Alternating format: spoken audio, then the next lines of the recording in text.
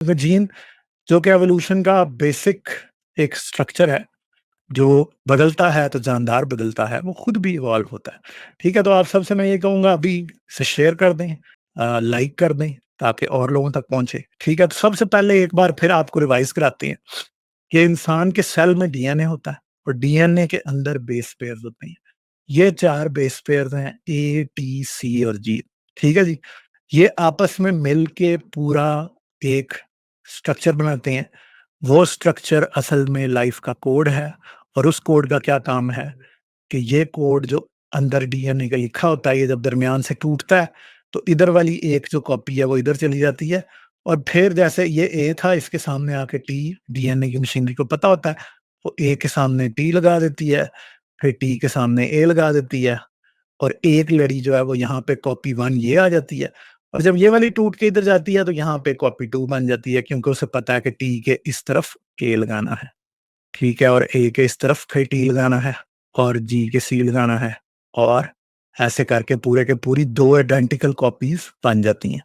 तो ये हमारा डीएनए का काम है और जब ये दोनों आइडेंटिकल कॉपीज़ बनती हैं, तो ये दोनों डिफरेंट सेल में चली जाती हैं। एक इस सेल में आ जाएगी, एक इस सेल में आ जाएगी। ये सेल नंबर 1 होगा और ये सेल नंबर 2 होगा और ये दोनों सेल्स एक-दूसरे की क्या होंगी? आइडेंटिकल कॉपीज़ होंगी या बिल्कुल एक जैसे होंगे दोनों के दोनों। ठीक है, मैं लिंक भी अभी से दे रहा हूँ, जिसने आना है वो अभी से स्टूडियो में आके बैठ सकता है, मगर ज़ाहिर-सी बात है आपकी बारी जो है तकरीबन पौने घंटे से 1 घंटे के दरमियान आएगी। अब बेसिकली होता क्या है? ये डीएनए इस तरह है जो मैंने आपको पीछे दिखाया, मगर ये लिपटा होता है इन हिस्टोन नाम की प्रोटीन्स होती हैं उसके गिर्द और वो प्रोटीन फिर क्लोज़ली पैक होती हैं और इस तरह करके एक क्रोमोसोम बनता है और ये इस तरह का क्रोमोसोम हमारे पास मौजूद होता है। ठीक है जी? और ये क्रोमोसोम बेसिकली बहुत बड़ा होता है। इंसान के जो क्रोमोसोम्स हैं, सारे मिला के जो हमारा जेनेटिक कोड है, वो 3 बिलियन बेस पेयर से ज़्यादा लंबा है, यानी बहुत ज़्यादा इन्फॉर्मेशन उसके अंदर मौजूद है। और पूरी की पूरी उसी इन्फॉर्मेशन से आप और मैं बने हैं। यही डिफाइन करता है इंसान का जेनेटिक कोड कि उसकी आँखें कैसी होंगी, उसका कद कैसा होगा, वो स्ट्रॉन्ग होगा, वीक होगा, जितनी जेनेटिक डिज़ीज़ेज़ हैं, जो मसले हैं, किसी की हड्डियाँ कमज़ोर होती हैं, किसी की स्ट्रॉन्ग होती हैं, कोई लंबा होता है, कोई छोटा होता है, कोई मर्द है, औरत है, ये सब कुछ जीन ही डिसाइड कर रहे हैं। ठीक है? अब क्रोमोसोम एक सेल के अंदर ये जो है न्यूक्लियस सेल का है, ये यहाँ पे क्रोमोसोम जो है वो बंधे हुए इस तरह से होते हैं। हमारे सेल के अंदर, हमारे हर सेल के अंदर 23 क्रोमोसोम पेयर्स होते हैं। ठीक है जी? यानी 46 क्रोमोसोम होते हैं। 22 क्रोमोसोम हमारे वैसे हैं और 23वां क्रोमोसोम हमारा एक्स और वाई क्रोमोसोम में से एक होता है, जो कि ये बताता है कोई किसी का जो सेक्स है वो मेल की तरफ जा रहा है या फीमेल की तरफ जा रहा है। मगर एक बात याद रखें, जैसे कि मैंने आपको ये बताया कि इंसान का 3 बिलियन बेस पेयर लंबा जो है वो क्या है? उसका जीनोम है। मगर कुछ जानदार ऐसे होते हैं जिनके जीनोम बड़े होते हैं, कुछ ऐसे होते हैं जिनके छोटे होते हैं। जैसे हम ये देख सकते हैं कि ये बर्ड, मैमल्स और रेप्टाइल्स का यहाँ पे आ रहा है और ये हमारे करीबन जीनोम का साइज़ है। मगर अगर आप यहाँ पे देखें, आपके पास एल्गी का देखें तो उसका हमसे डबल से भी ज़्यादा है। ठीक है? प्रोकैरियोट जो कि हमारे पास बैक्टीरिया वगैरह है, उनका देखें हम कितना बड़ा है। ठीक है? फंगस का भी हमसे बड़ा है। ठीक है? प्लांट्स के बहुत बड़े जीनोम होते हैं। तो एक बात है कि कोई जानदार, अब एक सिंपल बात है कि अगर पूछा जाए कि भाई कोई जानदार ऐसा जैसे कि मछली है, हम ये पूछें कि छोटी-सी मछली है तो उसका जीनोम हमसे बड़ा होना चाहिए कि छोटा होना चाहिए? तो शायद बहुत से लोग ये समझेंगे क्योंकि छोटी-सी मछली है तो उसका छोटा होना चाहिए, अब हाथी है तो उसका बड़ा होना चाहिए, चूहा है तो उसका भी छोटा होना चाहिए। मगर मसला ये है कि मैमल्स में तो तकरीबन तमाम के ही जीनोम एक जितने हैं, ठीक है? ज़्यादा कोई फ़र्क नहीं होता, बहुत ज़्यादा, ठीक है? मगर अगर हम देखें तो चावल जो है, चावल का जीनोम जो है हमसे कई 100 गुना बड़ा है, ठीक है? अब हर जीनोम के अंदर जीन्स होते हैं, ठीक है? और वो जीन्स बदलते हैं तो ऑर्गेनिज़्म बदलता है और इसी तरह जीनोम बदलता है तो तब भी ऑर्गेनिज़्म बदलता है और ये दोनों अपने-अपने लेवल पे बदलते हैं। जीन्स के बदलने की वजह से जीनोम बदलता है, जीनोम के बदलने की वजह से जीन्स बदलते हैं, टोटल फंक्शनैलिटी बदल जाती है और बहुत सी चीज़ें और तरीके से शुरू हो जाती हैं और ऑर्गेनिज़्म इसी तरह बदलते हैं। ये वो पूरे का पूरा मैकेनिज़्म या तरीका है जिसके मुताबिक ज़िंदगी बदल के आई है। तो सबसे पहली बात कि ऑर्गेनिज़म्स में जीनोम साइज़ जो है वो बहुत वेरी करता है। कुछ छोटे-छोटे जानदारों का बहुत बड़ा है, कुछ बड़े-बड़े जानदारों का छोटा है। ठीक है? दूसरी बात ये है कि कितना कितना जानदार कॉम्प्लेक्स है, वो इस बात पे डिपेंड नहीं करता कि उसका जीनोम कितना लंबा है, ठीक है? Non coding DNA drives genome size, और ये हम समझें कि अगर किसी जानदार का जीनोम बड़ा है, उसके जीन्स की लेंथ बहुत ज़्यादा है, तो क्या इसका मतलब ये होगा कि उसका वो सारा जो जीन जितने भी उसके जीनोम में मौजूद हैं, वो काम करते हैं? तो नहीं करते, ठीक है? बल्कि वो जीन हर जानदार में या ज़्यादातर जानदारों में, हर में तो नहीं, ज़्यादातर जानदारों में वो जीनोम का ज़्यादा पार्ट वो जीन्स होते हैं, जो कोई काम नहीं करते। फिर प्रोकैरियोट्स यानी सिंगल सेल ऑर्गेनिज़्म और यूकैरियोट्स, इनमें भी फ़र्क होता है, उसको हम आगे बड़ी डिटेल से डिस्कस करेंगे, ठीक है? और फैक्टर्स कौन से होते हैं जो कि जीनोम का साइज़ जो है उसे डिटरमाइन करते हैं, या कौन से ऐसे होते हैं जिनकी वज़ह से जीनोम का साइज़ बड़ा या छोटा होता है? जैसे कि हमने एक बात तो पहले देख ली कि जो नॉन कोडिंग डीएनए होता है, जो प्रोटीन नहीं बनाता, जीनोम का साइज़ उसकी वजह से बड़ा या छोटा होता है। वायरस को इसमें से निकाल दें और कुछ ख़ास किस्म के सिम्बायोटिक बैक्टीरिया वगैरह उनको निकाल दें, तो ये चीज़ें बाकी पूरी लाइफ़ पे होती हैं। ट्रांसपोज़ेबल एलिमेंट्स हम आगे बात करेंगे। मैं कई बार ट्रांसपोज़ेबल एलिमेंट्स की पहले अपने चैनल पे बात कर चुका हूँ। आप लोग इसके बारे में कुछ तो जानते होंगे, कुछ को हम आज बताएँगे। पूरे का पूरा जीनोम भी कुछ जानदारों में डुप्लिकेट हो जाता है, जैसे कि हमारे अपने अंदर ये हो चुका है आज से तकरीबन कुछ साढ़े 4-500 मिलियन साल पहले, यानी 50-60 करोड़ साल पहले हमारे अंदर खुद ये हो चुका है, हमारे जीनोम में इस बात की निशानियाँ मौजूद हैं। Functional role of non coding DNA क्या करता है, वो भी हम सारे का सारा देखेंगे, ठीक है जी। तो आगे हम चलते हैं। बहुत से एवोल्यूशनरी प्रोसेसेस होते हैं जिनकी वजह से नए जीन पैदा होते हैं। यानी एक सिंपल बात है ना, हम तो ये जानते हैं कि जिंदगी तो सिंगल सेलुलर ऑर्गेनिज्म से लेके यहाँ तक आई है, ठीक है? तो कैसे आ गई? जाहिर बात है, नए जीन पैदा हुए होंगे तो तभी आई ना, उसके बगैर तो नहीं आ सकती। ठीक है, तो फिर नए जीन पैदा कैसे होते हैं? आज हम इस बात को भी देखेंगे। जीन डुप्लीकेशन, जिसमें एक जीन की एक से ज़्यादा कॉपियाँ बन जाती हैं। हॉरिज़ॉन्टल जीन ट्रांसफ़र, ये ख़ास तौर पे प्रोकैरियोट्स में, बैक्टीरिया वग़ैरह में होता है कि एक जीन जो होता है वो क्या करते हैं, वो जेनेटिक मटीरियल या जीन्स जो हैं, बैक्टीरिया एक-दूसरे को एक वो फ़नल बना लेते हैं, एक बैक्टीरिया दूसरे से कनेक्ट हो जाता है, वो उसको दे सकता है, ठीक है? डे नोवो जीन फ़ॉर्मेशन, ये तकरीबन तमाम लाइफ़ में होता है। एक्सॉन शफलिंग, इसको भी हम आगे डिटेल में डिस्कस करेंगे कि एक्सॉन शफलिंग क्या होती है। होल जीनोम डुप्लीकेशन हमने बात कर दी। डोमेन डुप्लीकेशन, इसकी भी आगे हम बात करेंगे, ठीक है? तो ये सारे प्रोसेसेस जो हैं ये इसमें पूरा रोल प्ले करते हैं। जैसे नेचुरल सिलेक्शन अपना रोल प्ले करती है, म्यूटेशन अपना, अल्टरनेटिव स्प्लाइसिंग अपना रोल प्ले करती है, हॉरिजॉन्टल जोन जीन ट्रांसफर होता है, रैंडम जेनेटिक ड्रिफ्ट होती है, ड्रिफ्ट पे हम पहले भी बात कर चुके हैं, ठीक है? और एक्सॉन शफलिंग जो होती है वो भी, उसके ऊपर भी हम बात करेंगे, ठीक है जी। अच्छा जी, तो अब यहाँ पे हमारे पास एक जो चीज़ हमारे पास है जिसे हम डिस्कस करने वाले हैं, वो क्या है कि ये क्या होती है बेसिकली, ये इंसान के जीनोम के अंदर से हम एक ऐसी बात करने लगे हैं जो कि इंसान में भी चीज़ें डिफरेंट होती हैं, ठीक है? कॉपी नंबर वेरिएशन जिसको कहते हैं। कुछ जीन्स की एक से ज़्यादा कॉपियाँ हमारे अंदर होती हैं, ठीक है? ये एक जीन है जिसे कहा जाता है एमिलेस। ये एक एंजाइम पैदा करता है जो कि स्टार्च को डाइजेस्ट करने में हमारी हेल्प करता है। स्टार्च क्या है? स्टार्च आटे में होती है, शुगर केन में, इन चीज़ों में स्टार्च होता है, ठीक है? ये कार्बोहाइड्रेट्स की एक टाइप है। उस स्टार्च से आपकी शुगर बनती है और वो शुगर आप यूज़ करते हैं अपनी बॉडी के अंदर, ठीक है? अब दुनिया में बहुत सी पॉपुलेशंस हैं, जैसे अफ्रीका में लोग हैं, उनकी जो डाइट है ना, उनकी डाइट जो होती है ना, वो किस पे होती है? वो प्रोटीन रिच होती है। जैसे ये बाइका ट्राइब है या बाइका लोग हैं अफ्रीका के अंदर, इनकी प्रोटीन रिच डाइट होती है। उसमें अगर हम देखें तो हमारे पास सिर्फ़ 3 कॉपीज़ एक एमिलेज़ जीन की हमें मिलती हैं। मगर दूसरी तरफ हम जापानीज़ को देखें जिनकी डाइट स्टार्च रिच है, तो उसमें हमें कितनी ज़्यादा कॉपीज़ इसकी मिलती हैं, ठीक है? यानी अगर हम ये देखें कि लो स्टार्च डाइट वाले जो बाइका लोग हैं, उनमें सिर्फ़ 5.4 कॉपीज़ होती हैं इसकी। मगर दूसरी तरफ जो जापानीज़ हैं, उनमें 6.7 कॉपीज़ होती हैं, क्योंकि AMY1 जीन जो है वो क्या है, डुप्लीकेट हुआ हुआ है जापानीज़ लोगों में ज़्यादा। क्योंकि उनको फ़ायदा है, ठीक है? तो इसका मतलब क्या है कि जापानीज़ लोगों में तकरीबन 14 कॉपीज़ होती हैं, यानी बेस पेयर्स की 14 कॉपीज़, यानी 6 या 7 एक 6 या 7 कप मतलब 2-2 के पेयर होते हैं ना, ज़ाहिर बात है।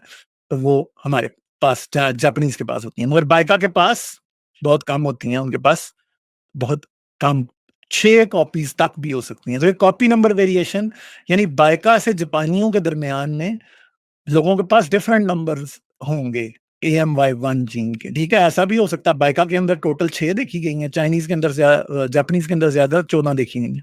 हो सकता है हम साउथ एशियंस कहीं 10 पे फिर रहे हों, ठीक है? तो ऐसे ये कॉपी नंबर वेरिएशन होती है जीन्स के अंदर, जिसके अंदर एक जीन ज़्यादा से ज़्यादा बार कॉपी हुआ होता है। तो हम ये भी देख सकते हैं कि डिफरेंट इंसानों में भी डिफरेंट जीन्स थोड़े डिफरेंट होती हैं, ठीक है? अब हम आगे देखते हैं, हमारे पास ये एक और चीज़ है जिसको हम देखेंगे कि कई बार हम समझते हैं कि किसी मामले में इंसान एडवांस होगा, किसी में कुछ होगा, मगर ये एक लंगूर है जो कि हमारे यहाँ इंडिया में ही में पाया जाता है। इस लंगूर के अंदर सब प्राइमेट्स और बंदरों में एक एक जीन होता है जिसे RNASE1 कहा जाता है। ये जीन इंसान के अंदर और rhesus मंकी के अंदर से लेके लंगूर के अंदर बहुत ज़्यादा है। ये भी उसे ख़ास किस्म की चीज़ों को हज़म करने में, वेजिटेशन को हज़म करने में मदद देता है, ठीक है? तो ये जीन उसमें उसकी ज़्यादा कॉपीज़ हैं, ठीक है? आप देख सकते हैं, समझ गए? आप देख सकते हैं कि ना सिर्फ़ उसकी ज़्यादा कॉपीज़ हैं बल्कि ज़्यादा म्यूटेशंस भी हैं, ठीक है? अब ये जो दूसरी है ना, गेन और लॉस ऑफ जीन, अब जानदारों के अंदर नए जीन्स गेन भी होते रहते हैं और पुराने जीन्स लॉस भी होते रहते हैं। लॉस का मतलब क्या है कि वो सूडो जीन बन जाएगा। सूडो जीन वो कि एक जीन की एक और कॉपी बनेगी, मगर अब वो काम के काबिल नहीं रहेगी। कई बार जीन टोटली डिलीट भी हो जाते हैं, ठीक है? तो एक्सपेंडेड का मतलब क्या है कि एक जानदार के जीनोम में नए जीन्स बने हैं, ठीक है? फ़र्ज़ करो वो 100 थे, तो वो 100 से कितने पे चले जाएँगे? वो 100 से 110 पे चले जाएँगे 10 मिलियन ईयर्स में। इसे कहेंगे जीनोम एक्सपेंशन हो गई है। कॉन्ट्रैक्शन का मतलब क्या? कॉन्ट्रैक्टेड कुछ जीन्स डिलीट हो जाएँगे, ठीक है? और नो चेंज यानी ये पोर्शन है, जिसके अंदर कोई चेंज नहीं। तो प्राइमेट्स के अंदर अगर आप देखें, तो ज़्यादातर जीन्स पिछले तकरीबन 93 से 6 मिलियन ईयर्स के दरमियान में ज़्यादातर जीन्स जो हैं, वो 870 जीन्स जो हैं, वो नहीं बदले। मगर बाकी जीन्स बदले हैं। उनमें या तो उनकी ज़्यादा कॉपीज़ बन गई हैं या उनकी कॉपीज़ कोई ना कोई डिलीट हो गई है। जैसे इंसान में आप देख सकते हैं, ठीक है? 699 689 जीन्स जो हैं, वो एक्सपैंड हुए हैं, उनकी कॉपीज़ बढ़ गई हैं और 86 ऐसे हैं जिनकी कॉपीज़ डिलीट हो गई हैं। इस तरह चिंपैंज़ी में आप देखें, इसी तरह आप रोडेंट में यानी चूहे में देखें, माउस के अंदर देखें, रैट के अंदर देखें, डॉग के अंदर देखें, तो आपको ये सारी चीज़ें नज़र आ रही हैं। तो गेन और लॉस जब जीन का होता है कि कोई जीन मिल जाती है, उसकी कॉपीज़ बढ़ जाती हैं, किसी की कम हो जाती हैं, तो उसकी वजह से नए फंक्शन मिलते हैं और कुछ फंक्शन गायब हो जाते हैं, ठीक है? या रिप्लेस हो जाते हैं। अब नए जीन एक और तरीके से भी बनते हैं। जैसे कि एक सिंपल बात है कि ये ड्रोसोफिला जिसे मॉडल ऑर्गेनिज़्म कहा जाता है, जिस पे बहुत ज़्यादा एक्सपेरिमेंट हुए हैं, ये हाउस फ्लाई जिसको आप कहते हैं। इसमें एक नया जीन जिसे जेंगवेई कहा जाता है, वो रेट्रो ट्रांसपोज़िशन से पैदा हुआ है। हम रेट्रो ट्रांसपोज़िशन को आगे डिस्कस करेंगे। इसमें आप ये देख सकते हैं कि ये एक इंट्रॉन था। इंट्रॉन क्या होता है?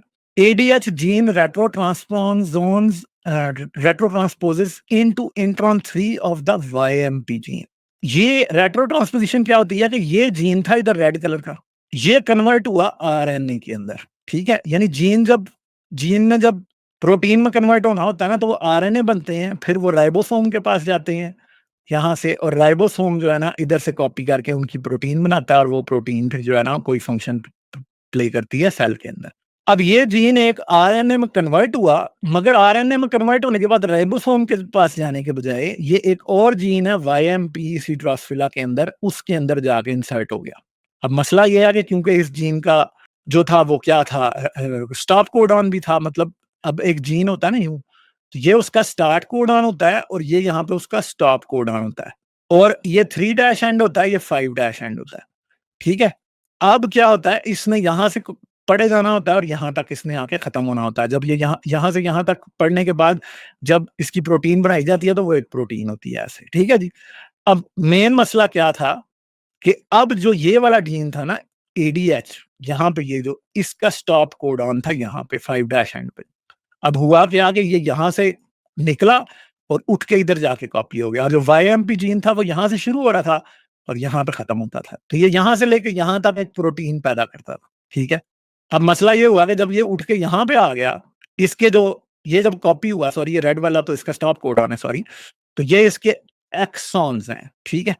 एक्सॉन्स वो होते हैं जिन्होंने प्रोटीन बनानी होती है, मगर हर जीन में कुछ ऐसे हिस्से भी होते हैं जिन्होंने प्रोटीन बनाने में कोई काम नहीं करना होता, वो कट जाते हैं बीच में से, ये व्हाइट वाले हैं, ठीक है? तो ये एक्सॉन्स मिलके पूरे का पूरा होके यहाँ पे आके लेट गया ये। यहाँ पे आके लेट गया और वाईएमपी जीन बनाने की अगर कोशिश की जाएगी तो वो यहाँ पे आके, क्योंकि स्टॉप कोडॉन है जो कि राइबोसोम को ये बताता है कि आपने इससे आगे प्रोटीन नहीं बनानी, तो ये एक नई प्रोटीन ड्रोसोफिला में बन गई और ये जो बाकी के हैं ये बेचारे फारग हो गए यहाँ पे, ठीक है जी। तो क्या हुआ कि अब एक नया जीन जो जिंक में बनता है वो ना एडीएच है ना वाईएमपी है। एडीएच तो चलो अपनी जगह पे कायम होगा, वाईएमपी जो है उसकी ऐसी की तैसी होगी। क्यों? क्योंकि ये जो एडीएच था वो उठ के दरमियान में इधर आगे कॉपी हुआ है और उसका स्टॉप कोडॉन ये रेड वाला है। और अब क्या होता है, ये वाईएमपी जीन यहाँ से जब ट्रांसक्रिप्शन शुरू करता है तो यहाँ तक बना के एक प्रोटीन बना देता है।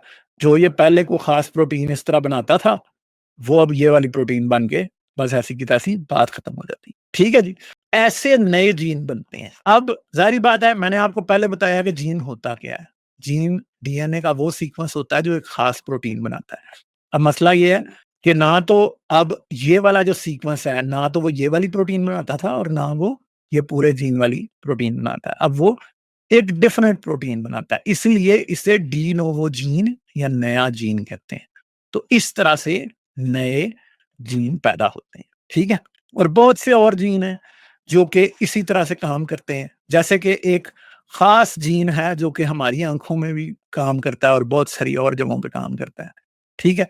इसके अंदर हमारे नर्वस सिस्टम में काम करता है, जो कि सोडियम चैनल को एक्टिवेट करता है। सोडियम चैनल वो होता है जो कि न्यूरॉन्स के अंदर एक्टिव होता है और न्यूरॉन उसकी वजह से फायर करते हैं, सोडियम और पोटेशियम चैनल की वजह से, ठीक है? अब जो इलेक्ट्रिक ऑर्गन्स हैं इलेक्ट्रिक फिश के, ठीक है?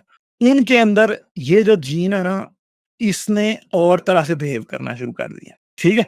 और क्या करता है, इसका एक्सप्रेशन लेवल जो मसल्स में है ना वो बदल गया। तो एक इस जीन की SCN4A की एक और कॉपी जो है ना उसके अंदर बनी है जिसे SCN4AB कहा जाता है, ठीक है? असल में ये जो जीन है ना दोनों के दोनों, ये मसल्स की कंट्रैक्शन के लिए काम करते थे। मसल की कंट्रैक्शन क्या, कि जब आप अपने मसल्स आपके कंट्रैक्ट होते हैं और एक्सपैंड होते हैं तो इसी तरह मूवमेंट होती है, ठीक है? मगर साउथ अमेरिका में क्या हुआ कि कुछ मछलियों में एक इलेक्ट्रिक ऑर्गन क्या हो गया, वो इवॉल्व हो गया, उनका नाम है नाइफ फिश, ठीक है जी। और इनके अंदर क्या हुआ, एक और फिश है जिसे ईगनमानिया कहा जाता है, वो अफ्रीका में थी। इसके अंदर जो है ना एक एलिफेंट नोज फिश जिसे कहा जाता है, उसके अंदर भी यही इवॉल्व हुआ। और इन दोनों फैमिलीज के अंदर जब इस जीन का एक्सप्रेशन SCN4A का बदला और लॉस्ट हो गया पहले, ठीक है? और क्या हुआ, वो जीन किस जगह एक्सप्रेस होना शुरू हो गया, इलेक्ट्रिक ऑर्गन के अंदर। और अब क्या है, एक उसकी वजह से फिश के अंदर इलेक्ट्रिक सेंसिबिलिटी है कि अगर पानी में कोई चीज हो तो वो क्या करते हैं, वो उससे उसे पता चल जाता है। और दूसरी तरफ क्या है कि वो इस इससे क्या करती है, ये पता लगा लेती है कि कैसे आसपास कोई चीज है कि नहीं है, इलेक्ट्रिक फिश, ठीक है जी। और फिर वो शॉक वगैरह भी दे सकती है, ठीक है? क्योंकि सोडियम चैनल जो कि बेसिकली आपको पता है ना, नर्व्स तो असल में इलेक्ट्रिसिटी पे चलते हैं, ठीक है? तो ये बात होती है। अब जीन्स के डुप्लीकेट्स होते हैं, इन डुप्लीकेट्स वो डुप्लीकेट्स बड़े डिफरेंट किस्म के रास्ते ले सकते हैं। पहली तो बात ये होती है कि कई बार जीन का जब डुप्लीकेट बनता है ना, तो सीधा-सीधा उसकी फंक्शनैलिटी खत्म हो जाती है और वो कोई काम नहीं करता। क्योंकि ज़ाहिर बात है, जब जीन की एक कॉपी बनती है तो जीन की सिर्फ़ कॉपी बनने की वजह से ही वो काम नहीं करता है। जीन के साथ बहुत सारे रेगुलेटरी पैटर्न होते हैं। उसके एक्सॉन और इंट्रॉन्स होते हैं, स्टार्ट और स्टॉप कोडॉन होते हैं और बहुत सी चीज़ें होती हैं जो कि उसके साथ होती हैं। और आमतौर पे हर फंक्शनल जीन का रेगुलेटरी पैटर्न उसके आस-पास कहीं होता है, जो कि ये कंट्रोल करता है, उसका स्विच होता है, जो ये कंट्रोल करता है कि वो जीन कैसे काम करेगा। यानी मिसाल ऐसे ही है कि आपके कमरे में एक पंखा लगा है, ठीक है? अब कोई उस जैसा पंखा बिल्कुल उसकी कॉपी तैयार करके अपने कमरे में लगा भी ले, मगर अगर उसके पास स्विच नहीं होगा, तो कभी भी उस पंखे को और बिजली का कनेक्शन नहीं होगा, वो कभी भी उस पंखे को ऑन नहीं कर सकेगा। ऐसे ही जीन्स के साथ भी होता है कि कॉपी तो कहीं और जाके हो जाते हैं, मगर कॉपी होने की वजह से वो क्या होते हैं, कॉपी होना सिर्फ इस बात की ज़मानत नहीं है कि वो वहाँ पे जाके काम करेगा। उसके साथ उसका अच्छा खासा सीक्वेंस कॉपी होगा, तो तब वो काम कर सकते, ठीक है जी? तो फिर क्या होता है, कई बार जब जीन कॉपी होते हैं तो वो टोटली नॉन फंक्शनल हो जाते हैं, वो कोई काम ही नहीं कर सकते वहाँ पे जाके, ठीक है? कई बार रिटेंशन ओरिजिनल फंक्शन की हो जाती है। उस वो किन केसेस में होती है, वो भी आगे हम बात करेंगे। फिशन और फ्यूजन की वजह से या पूरा जीनोम कॉपी होने की वजह से फिर जीन की जो फंक्शनैलिटी है वो खराब नहीं होती, ठीक है? वो बच भी जाते हैं, ठीक है? नियो फंक्शनलाइज़ेशन कई बार ऐसा होता है कि वो जीन जब जाके किसी और जगह कॉपी होता है, तो वो क्या करता है, वो एक नया फंक्शन ले लेता है। वो एक नया फंक्शन ले लेता है और नया काम करना शुरू कर देता है। सब फंक्शनलाइज़ेशन कई बार ऐसा होता है कि वो ओरिजिनल जीन जैसा ही फंक्शन कोई और करने लग जाता है। कई बार ऐसे भी होता है कि एक जीन की एक कॉपी एक जगह पे है और दूसरी कॉपी किसी और जगह बन गई। तो क्या होता है, पहले जो एक जीन एक काम कर रहा था ना, वो आधा काम जो नया जीन होता है ना, वो करने लग जाता है। यानी ये दोनों जीन स्पेशलाइज़ होने लग जाते हैं। अब हमारे जीनोम के अंदर ख़ास तौर पे जो हमारे ब्लड के अंदर हुआ है, बहुत से काम ऐसे हुए हुए हैं कि अल्फ़ा और बीटा ग्लोबिन जीन्स के अंदर कुछ जीन्स स्पेशलाइज़ हो चुके हैं, वो ख़ास काम करने के लिए। ठीक है? जीन लॉस कई बार ऐसा भी होता है कि एक जीन की वजह से दूसरा जीन डिलीट हो जाता है, क्योंकि सेल की उसको लग जाती है, सेल कॉपी करने वाली मशीनरी को गलतफ़हमी लग जाती है, ओए मैंने ये तो पहले ही कॉपी कर लिया है, वो उसे कॉपी नहीं कर दी, तो जीन ही डिलीट हो जाता है। फिर जीन कन्वर्जन भी होती है, जिसके अंदर एक कॉपी की जो अंदर जो म्यूटेशंस हो रही होती हैं ना, फ़र्ज़ करें कि एक कॉपी ए है यहाँ पे, ठीक है? और उसके अंदर यहाँ पे एक म्यूटेशन हो गई। अब पहले इसका यहाँ पे सूडो जीन बना हुआ था, ठीक है? और इसके अंदर ये वाली म्यूटेशन नहीं है, मगर क्योंकि ये जीन अगर दोनों करीब-करीब होंगे ना, तो फिर सेल की मशीनरी को कॉपी करने वाली को गलतफ़हमी लगेगी। वो ये वाली म्यूटेशन इसके अंदर कॉपी कर सकती है, ठीक है? और ऐसा भी हो सकता है कि अगर सूडो जीन पहले आ रहा है, तो ये वाली जो है ना, ये इसके अंदर कॉपी हो जाए, ठीक है? तो इवन के जीन डुप्लीकेशन जो है वो इन इटसेल्फ खुद में म्यूटेशंस जो पैदा होती हैं जीन्स में, उनके उनको एक से दूसरी की तरफ जाने में बना सकती है, ठीक है? तो ये चीज़ होती है। फिर सिलेक्शन के केस में वो जीन की सिलेक्शन बढ़ जाती है क्योंकि उसकी कॉपीज़ ज़्यादा हैं, तो जीन की कॉपीज़ बढ़ भी सकती हैं अगर दोनों एक्टिव हैं तो, ठीक है? तो आम तौर पे अगर एक जीन की 2 कॉपीज़ हो गई हैं और दोनों फंक्शनल हैं, तो वो जीन्स ज़्यादा सिलेक्ट होगा और वो जीन सर्वाइव कर जाएगा। जैसे कि हम ग्लोबिन जीन की बात करते हैं जो कि हमारे खून में ऑक्सीजन को काम करने के काबिल है, ठीक है जी? तो फिर दूसरी बात है, जीन ट्रैफिकिंग भी होती है। जैसे ह्यूमन ट्रैफिकिंग होती है ना कि एक मुल्क से उठा के बंदे को जाके जी आपने कहीं और फेंक दिया, ठीक है? तो इस तरह जीन्स में भी होता है। जैसे कि हम एक सिंपल बात करते हैं, ये यहाँ पे ड्रोसोफिला को अगेन देखा गया है और इसमें आप देखें कि ये इसके एक्स क्रोमोसोम पे जो बहुत सारे जीन्स हैं ना, वो दूसरे जीन्स पे जा रहे हैं, ठीक है जी? इसके एक्स क्रोमोसोम से आहिस्ता-आहिस्ता जीन्स दूसरे क्रोमोसोम्स पे जा रहे हैं। यानी आप ये देखें, ये एक्स क्रोमोसोम से ये जीन क्रोमोसोम 20 पे आ गए हैं ये वाले। फिर ये फिर 2L पे आ गए हैं, फिर 40 पे आ गए हैं, फिर 3L पे आ गए हैं, ठीक है? इस तरह 60 से बहुत से जीन्स दूसरों पे जा रहे हैं। 60 से ये दे गए हैं 20, 2L, 40, 2R, 60 इस पे गए हैं। यानी ऐसे हो रहा है कि एक जीन 60 से उठ के कितने जीन्स 28 पे गए हैं, वो ये वाला जो है ना एक कॉलम इसको शो कर रहा है। तो हम ये देख रहे हैं कि खास तौर पे ड्रोसोफिला में सेक्सुअल सिलेक्शन की वजह से सबसे ज़्यादा जीन एक्स क्रोमोसोम से उठ के दूसरे जीन्स की तरफ जा रहे हैं। ठीक है जी? तो ये एक चीज़ जो है ये बड़ी हैरानकुन है और इसकी बहुत बार हम एक्सप्लेनेशन देते भी हैं, मतलब एक्सप्लेनेशन तो नहीं देते मगर बहुत सी चीज़ें ऐसी बताते हैं जो कि बेसिकली इसकी इंडिकेशन होती हैं। तो वाई क्रोमोसोम के साथ भी बहुत से मैमल्स के अंदर वाई क्रोमोसोम के अंदर ये चीज़ हो रही है कि वाई क्रोमोसोम पे एग्जिस्ट करने वाले जीन जो कि मेल के लिए रिस्पॉन्सिबल होता है, वो उठ-उठ के दूसरे जीन्स पे जा रहे हैं, मैमल्स के अंदर, ठीक है? और बहुत से मैमल्स में ये हो भी चुका है, इस पे फिर हम किसी दिन बात करेंगे, ठीक है जी? अब जीन्स कैसे इवॉल्व होती हैं? Gene duplication, mutation, natural selection आपको पता ही है, रैंडम जेनेटिक ड्रिफ्ट आपको ये भी पता है कि कई बार ऐसे होता है कि जब पॉपुलेशन बहुत छोटी हो जाती है, तो जीन डाइवर्सिटी खत्म हो जाती है। ठीक है? फ़र्ज़ करें कि एक पॉपुलेशन पहले 1 लाख इंडिविजुअल्स की थी और अब उनके सिर्फ़ 10,000 रह गए, तो ज़ाहिर-सी बात है कि बहुत से जीन ऐसे होंगे जिनकी जो म्यूटेटेड डिफरेंट किस्म की कॉपीज़ थी वो ख़त्म हो जाती हैं और सारे एक जैसे जीन ही उस पॉपुलेशन में आ जाते हैं। तो इसे जीन बॉटलनेक सिचुएशन कहा जाता है, ठीक है? और वहाँ से फिर आगे की तरफ चीज़ शुरू होती है और जेनेटिक ड्रिफ्ट क्या करती है? जेनेटिक ड्रिफ्ट बहुत बार बहुत सी जो म्यूटेशंस हुई होती हैं वो ख़त्म भी हो जाती हैं और सारे के सारे जानदार एक जैसे हो जाते हैं तकरीबन-तकरीबन। मगर फिर वहाँ से फिर एक्सपेंशन जब पॉपुलेशन बढ़ती है तो आगे तरीका शुरू हो जाता है। तो एक चीज़ है कि हम एक और चीज़ जो मैं आपको बताऊँ वो क्या है कि वो जानदार जिनकी पॉपुलेशन बहुत ज़्यादा होती है, बहुत ज़्यादा, जैसे कि बैक्टीरिया हैं या कीड़े हैं, उनके अंदर जेनेटिक ड्रिफ्ट का किरदार बहुत कम होता है और वो नेचुरल सिलेक्शन के ज़रिए उनके अंदर बड़ी चेंजेज़ आती हैं। मगर वो जानदार जिनके अंदर जिनकी पॉपुलेशन बहुत ज़्यादा नहीं होती, उनमें फिर चेंजेज़ जेनेटिक ड्रिफ्ट भी फ़ोर्स करती है ज़्यादा। यानी रैंडम म्यूटेशंस की वजह से उनमें ज़्यादा चेंजेज़ आती हैं। मगर वो जिनकी बहुत ज़्यादा पॉपुलेशन होती है, उनके अंदर नेचुरल सिलेक्शन की वजह से ज़्यादा चेंजेज़ आती हैं। इसकी मिसाल क्या है कि बैक्टीरिया में या ड्रोसोफिला में जो नेचुरल सिलेक्शन है उसकी वजह से चेंजेज़ ज़्यादा आएँगी। मगर इंसान में जेनेटिक ड्रिफ्ट की वजह से भी बहुत सारी स्टार्क चेंजेज़ या बड़ी-बड़ी चेंजेज़ आती हैं, ठीक है? तो इसको भी साइंसदान कैलकुलेट करते हैं और आज एक प्रॉपर मैकेनिज़्म के ऊपर पहुँच चुके हैं कि ये दोनों चीज़ें कैसे काम करती हैं। अल्टरनेटिव स्प्लाइसिंग अभी हम आगे बात करेंगे, हॉरिज़ॉन्टल जीन ट्रांसफ़र इसकी भी बात करेंगे हम, एक्सॉन शफलिंग की भी हम अभी आगे बात करेंगे, ठीक है जी? तो एक्सॉन्स क्या होते हैं? मैंने आपको पहले बताया कि एक जीन है, उस जीन के अंदर यहाँ से लेके ना यहाँ तक का पोर्शन, ये क्या करता है, ये आरएनए में कन्वर्ट होता है, ठीक है? फिर ये जो यहाँ से लेके यहाँ तक का पोर्शन है ना, ये आरएनए में कन्वर्ट नहीं होता।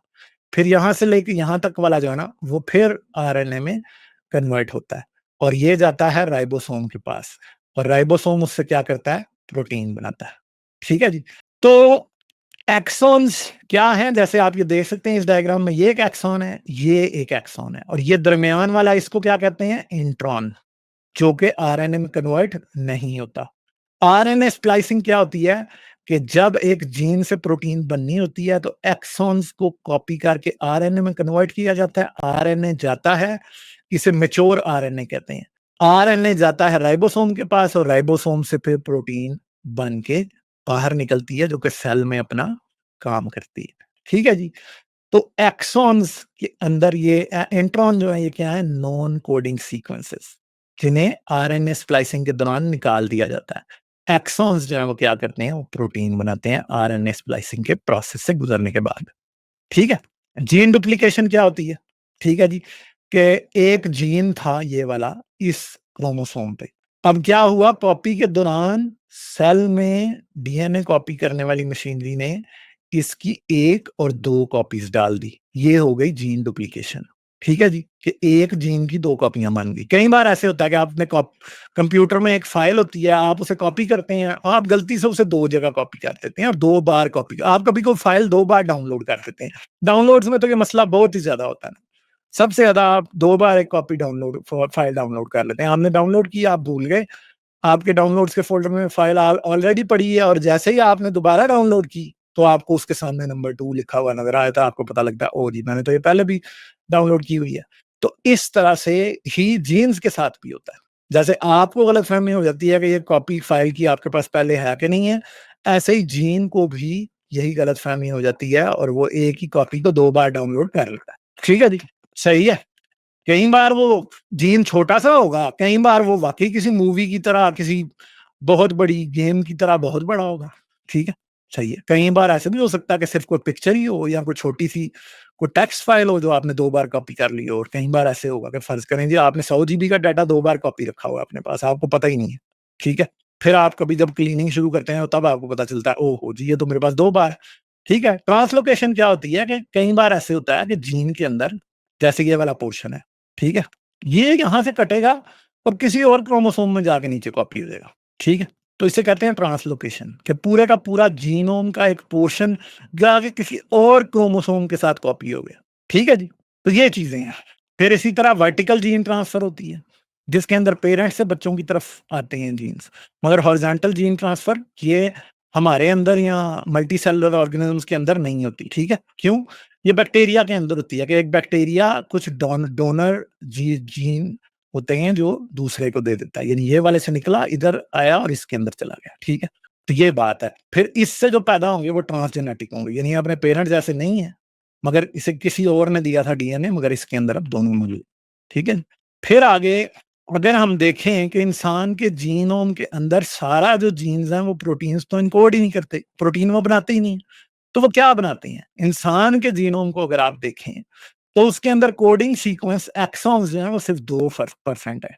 बाकी का 98% जो जीनोम है वो प्रोटीन नहीं बनाता। उसके काम और हैं या फिर वो कुछ नहीं करता, जिसे जंक डीएनए कहा जाता है। ठीक है? इसके अंदर लॉन्ग इंटरस्पर्स्ड क्या हो सकता है, क्या उसे कहा जाता है? तो small interspersed sequences and long interspersed sequences हैं, ठीक है? ये हैं। फिर ट्रांसपोज़ॉन्स हैं इसके अंदर, रेट्रो ट्रांसपोज़ॉन्स हैं, डीएनए ट्रांसपोज़ॉन्स हैं, सिंपल सीक्वेंस रिपीट्स हैं, डुप्लीकेशन, जीन डुप्लीकेशन 5% है हमारे जीनोम के अंदर, मिससेलेनियस हेटेरोक्रोमेटोन है और यूनिक सीक्वेंसेस हैं, इस तरह से। सिर्फ 2% जो है वो काम करता है। अब ये जो शॉर्ट इंटरस्पर्स सीक्वेंसेस जो हैं, ये और इसी तरह से लॉन्ग इंटरस्पर्स सीक्वेंसेस, अब शॉर्ट इंटरस्पर्स सीक्वेंसेस तकरीबन 13% है, जिनमें से 10% सिर्फ एक है जिसे एएलयू कहा जाता है। वो इंसान के जीनोम में सबसे लंबा है, वो कोई काम नहीं करता, बस वो रिपीट होता रहता है, ठीक है? ये उनके काम है। तो ये इंसान का जीनोम सारा इस तरह से है। सिर्फ 2% ऐसा है जो कि जितनी प्रोटीन आपके और हमारे अंदर है, जो सेल्स बनाती है, वो है जो काम करते हैं, ठीक है? क्रोमोसोम एवोल्यूशन कैसे होती है? फिशन और फ्यूजन के दौरान इन्वर्जन, ट्रांसलोकेशन, हम ये पहले बात कर चुके हैं, मेयोटिक ड्राइव, फिर पॉलीप्लाइडी जिसके अंदर पूरे का पूरा जीनोम कॉपी होता है, जीन ट्रैफिकिंग भी हम पहले बात करके आ चुके हैं। तो फिशन और फ्यूजन क्या है? ठीक है? ये है जी फ्यूजन, जिसके अंदर क्या होता है कि 2 डिफरेंट क्रोमोसोम्स आपस में जुड़ जाते हैं। जैसे कि ये हमारे क्रोमोसोम 2 को आप समझ सकते हैं। ये क्रोमोसोम 2A है और ये क्रोमोसोम 2AB है, ये दोनों के दोनों जुड़ गए और अब एक लंबा बड़ा वाला जो है वो क्या बन गया? क्रोमोसोम बन गया, ठीक है? तो ये भी बहुत ज़्यादा जानदारों में होता है, ठीक है? तकरीबन तमाम तमाम ही क्रोमोसोम जितने भी आज तक हमारे अंदर हैं, वो इसी तरह बने हैं, ठीक है? जीनोम साइज़ेज़ कितने-कितने बड़े हैं, ये हम डिफरेंट टाइप्स ऑफ लाइफ़्स हैं जिनके अंदर हम देख रहे हैं कि कैसे कितने बड़े जीनोम साइज़ हैं, ठीक है? तो आप ये देख सकते हैं कि ये एक तो पहली बात ये है कि ये लॉगरिथमिक है। लॉगरिथमिक का क्या मतलब है? आप ये देख लें कि ये स्केल यूनिफ़ॉर्म नहीं है। ऐसा नहीं है कि यहाँ पे 1 है तो यहाँ पे 10 है और यहाँ पे 1 है तो यहाँ पे 10 है, ठीक है? ऐसे नहीं है। ये वो यहाँ पे 0.1 है और यहाँ पे 1000, ठीक है? तो ये जीनोम का साइज़ है मेगाबाइट्स के अंदर और ये कोडिंग सीक्वेंसेस हैं मेगाबाइट्स के अंदर, ठीक है जी? तो अगर आप ये देखें, तो कोडिंग सीक्वेंसेस अगर आप देखें बैक्टीरियोफेज के अंदर कोडिंग सीक्वेंस भी थोड़े से हैं और क्या है, यहाँ पे उसका जीनोम का साइज़ भी छोटा-सा है क्योंकि बैक्टीरियोफेज तो असल में वायरस है ना, वायरसेस के अंदर तो असल में एक्सॉन्स वगैरह इंट्रॉन्स होते ही नहीं है, यानी वो सीक्वेंस जो कि प्रोटीन नहीं बनाते। इसी तरह और बहुत सारे ऐसे बैक्टीरिया हैं जिनके अंदर नहीं होते ऐसे, जैसे कि यूकैरियोट डीएनए वायरसेस, अब ये भी वायरसेस हैं जो कि मल्टी सेलुलर ऑर्गेनिजम्स को इन्फेक्ट करते हैं। इनको भी अगर आप देखें तो इनका जीनोम साइज थोड़ा बड़ा है और साथ में इनके कोडिंग सीक्वेंसेस भी थोड़े ज्यादा हैं। मगर अगर आप प्रोकैरियोट्स पे आ जाएं, वायरस वायरस के अंदर भी हमें पता है कि हमारे पास नॉन कोडिंग सीक्वेंसेस तकरीबन ना होने के बराबर होते हैं, बहुत कम नॉन कोडिंग सीक्वेंसेस हैं वायरसेस बैक्टीरिया के अंदर। फिर यूनिसेलुलर यूकैरियोट्स, वो है तो वो यूकैरियोट्स हैं मगर वो यूनिसेलुलर है, यानी हम जो है मल्टी सेलुलर यूकैरियोट्स हैं या प्लांट्स या और कीड़े मकोड़े मल्टी सेलुलर यूकैरियोट्स हैं, मगर कुछ यूकैरियोट्स यूनिसेलुलर भी होते हैं। उनका जीनोम का साइज 10 मेगाबाइट्स के बराबर, मेगाबाइट स्पेस के बराबर होता है। इस तरह अगर हम देखें, हम एनिमल्स में आ रहे हैं तकरीबन, ठीक है? कि हमारा तकरीबन तकरीबन 3 बिलियन बेस पेयर्स के बराबर है यहाँ पे, ठीक है? तो एनिमल्स में तकरीबन यहाँ पे हैं ये ऑरेंज वाले सारे एनिमल्स, ठीक है? और लैंड प्लांट्स अगर आप देखें तो ये देखेंगे ये तकरीबन 90 के ऊपर आ रही है, ठीक है? 90 इनके अंदर, तो ये इनके अंदर ज़्यादा है, ठीक है तकरीबन सिर्फ़ और सिर्फ़ 100 बेस पेयर्स हैं, सॉरी, अ, यहाँ पे तकरीबन मेरा ख़्याल है कि ये कोई 90 के करीब बनेगा, ठीक है? कोडिंग सीक्वेंसेस 90 एमबी के हैं, मगर अगर उनके जीनोम आप देखें, ओ हो! जीनोम अगर आप देखें तो तकरीबन 900 एमबी का है, यानी इंसान से तकरीबन 100 गुना लंबा, जैसे चावल के दाने का सबसे लंबा है, और एक वायरस है सबसे जिसका छोटा है, ठीक है? तो genomes small and large, the smallest known genome belongs to a virus porcine circovirus type 1। इसके सिर्फ और सिर्फ 1759 बेस पेयर है, 1769, सबसे छोटा आज तक ये है, ठीक है? और स्मॉलेस्ट बैक्टीरियल जीनोम कौन सा है? वो नोजिया का है, ये एक बैक्टीरिया है, और इसके अंदर कितना 1,12,000 बेस पेयर्स का ये सॉरी ये प्रक्रिया थोड़ी गलत है असल में, ठीक है? फिर largest genome is held by amoeba Chaos chaos, इसका डीएनए इंसान से 400 गुना ज्यादा बड़ा है, यानी इसका जो डीएनए है वो 1.2 या 120 बिलियन बेस पेयर्स का, ठीक है? यानी इंसान का 3 है ना, उसका 120 नहीं, इसका तो मेरे ख्याल है कि 1200 बिलियन बेस पेयर्स है ना, 400 टाइम्स है ना इंसान के, तो 12 से मल्टीप्लाई करना पड़ेगा ना, तो 3 को 12 से मल्टीप्लाई करेंगे तो 1200 बिलियन, तो इसका मतलब है कि 1.2 ट्रिलियन बेस पेयर्स का इसका है, और वो है छोटा सा, वो इतना कोई बड़ा नहीं है, ठीक है? छोटा सा है वो, और वो क्या है? Amoeba, single cellular, not multicellular. Genome size जो है वो एक स्पीशीज के अंदर भी डिफरेंट होता है, जैसे कि कई किस्म के चूहे ऐसे हैं जिनके अंदर उनके अंदर ही जो है ना वो सॉरी नहीं, वो तो क्रोमोसोम साइज है, सॉरी। तो डिफरेंट स्पीशीज के अंदर भी बड़ा हो सकता है, जैसे कि 30% जो है वो ड्रोसोफिला मेलनगास्टर के अंदर वो डिफरेंट होता है, ठीक है? फिर इसके अंदर bread wheat has the largest number of genes known with about 100,000 genes, 1 lakh genes हैं उसके अंदर, 5 टाइम्स मोर देन ह्यूमंस, क्योंकि इंसान में सिर्फ 20,000 जीन्स जो है वो प्रोटीन बनाते हैं, ठीक है जी? Humans have 3.2 billion DNA base पे बेसिस, और ये कितने हैं? 20,000 protein coding genes, which is average for a multicellular organism, ये है। अब मैंने आपको ये बताया था कि ट्रांसपोजेबल एलिमेंट्स जो हैं वो भी इंसान के जीन के अंदर, मतलब ट्रांसपोजेबल एलिमेंट ये होता है कि ये यहाँ पे एक ट्रांसपोजेबल एलिमेंट पड़ा है, इसका काम क्या होता है? ये उठ के अपनी कॉपियां जीनोम के अंदर बनाता रहता है, ये इधर आके एक कॉपी यहाँ बना देगा, फिर एक कॉपी यहाँ बना देगा, फिर यहाँ बनाएगा। तो इंसान के अंदर जो सबसे ज्यादा ट्रांसपोजेबल एलिमेंट जो बार बार कॉपी हुआ है, अब ये नहीं अपनी कॉपियां एक्टिवली नहीं बना रहा, ठीक है? ये एएलयू है, और ये इंसान के जीनोम का 10% बनाता है, 10% ये है। एएलयू एलिमेंट कोई काम नहीं करते, आमतौर पे साइंटिस्ट इनको जंक डीएनए ही समझते हैं, क्योंकि ये यूं करके ना सीधा कॉपी पे कॉपी, इधर से लेके इधर से आगे आगे चलता चलता चलता कट्ठी इसने 1 लाख कॉपीज अपनी की होंगी। ये तकरीबन कोई मेरे ख्याल है 146 पेज पेयर्स का था, मुझे अब याद नहीं है सही, ठीक है? तो इस तरह भी होता है। अब एएलयू एलिमेंट्स इसलिए कॉपी होते रहते हैं बार-बार क्योंकि वो कॉपी कर सकते हैं। आमतौर पर जानदारों में जब एएलयू एलिमेंट कॉपी होने शुरू होते हैं, तो म्यूटेशन और जेनेटिक डिजीजेस बहुत बढ़ जाती हैं, और जो नेचुरल सिलेक्शन है, वो उसे बंद करने की कोशिश करती है, और फिर वो बंद भी हो जाते हैं। कई बार ऐसे होता है कि कोई एएलयू एलिमेंट या सॉरी जो ट्रांसपोजेबल एलिमेंट्स होते हैं, वो एक खास अरसे के लिए एक्टिव रहते हैं, फिर खत्म हो जाते हैं। जैसा कि हम ये देख सकते हैं कि ये जो हमारा एएलयू एलिमेंट है, ये सबसे ज्यादा किस टाइम एक्टिव था? ये तकरीबन तकरीबन कोई 75 मिलियन साल पहले एक्टिव था, ठीक है? बहुत ज्यादा, ठीक है? फिर ये एक एल1 था, ये किस टाइम था? ये नहीं सॉरी, ये 25 मिलियन है, सॉरी ये उल्टा है, मैं गलत कर गया, 25 मिलियन, ठीक है? ये तकरीबन 125 मिलियन साल पहले ये ट्रांसपोजेबल एलिमेंट एल1 एक्टिव था। फिर ये आप देखें एलटीआर जो है वो कब एक्टिव था? तकरीबन 75 मिलियन साल पहले, ठीक है? तो ये सारे एक्टिव थे, ठीक है? परसेंटेज ऑफ जीनोम इसकी कितनी है? अगर हम ये देखें तो यहाँ पे ये हमारा 2% तकरीबन तकरीबन 3% के करीब एक्टिव था, मगर असल में इंसान का 10% जीनोम जो है वो एएलयू है। तो इस वक्त पे इसने 2.25% इस वक्त पे ऐड किया था 25 लाख साल पहले, मगर देखें ना ये हर वक्त में पीछे से ऐड करता आ रहा था, तो टोटल 10% जो है ना वो एएलयू एलिमेंट जो है ना इसने ऐड किया हुआ है, ठीक है? अच्छा जी, तो ये 175 साल पहले, 175 मिलियन साल पहले आया था, यानी 17 करोड़ साल पहले इंसान के जीनोम में या इंसान के एंसेस्टर्स के जीनोम में कॉपी होना शुरू हुआ था, ठीक है? और 25 मिलियन साल पहले इसकी एक बड़ी पीक आई थी, ठीक है? इस तरह के और भी बहुत सारे, ठीक है? अच्छा जी, एवोल्यूशन छोटे जानदार कैसे इवॉल्व होते हैं और बड़े कैसे होते हैं, ठीक है? वायरस कैसे होते हैं? इनके जीनोम्स हाइली स्ट्रीमलाइन्ड होते हैं, उनमें इंट्रॉन्स नहीं होते। इंट्रॉन्स वही जीन का हिस्सा जो कि कोई काम नहीं करता, ठीक है? सही है? और ये दूसरे जानदार में जाके उसकी मशीनरी को हाइजैक करके और वहाँ से अपना प्रोसेस शुरू करते हैं, ठीक है? इसलिए इनको इंट्रॉन्स वगैरह की कोई ज़रूरत नहीं होती।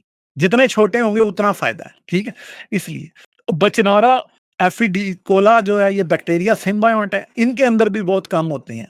मैंने आपको बताया ना कि सिम्बायोटिक बैक्टीरिया जो है ना, जैसे गाय के गट में एक बैक्टीरिया जो उसे डाइजेशन में हेल्प कर रहा है या किसी और जानदार के गट में है, कहीं और कोई बैक्टीरिया है, वो जो बैक्टीरिया होते हैं ना जितने भी, इनको असल में ज़रूरत नहीं होती। वो और उनका डीएनए कई बार कॉपी होता जाता है जाके होस्ट के न्यूक्लियस के अंदर। जैसे कि राइबोसोम्स ने और माइटोकॉन्ड्रिया ने हमारे डीएनए के अंदर किया हुआ है, ठीक है? तो इनके अंदर भी इंट्रॉन्स वगैरह नहीं होते, बैक्टीरिया के अंदर वैसे ही नहीं होते और ख़ास तौर पे सिम्बायोटिक रिलेशनशिप वाले जो बैक्टीरिया हैं, उनके अंदर और ही कम होते हैं, ठीक है?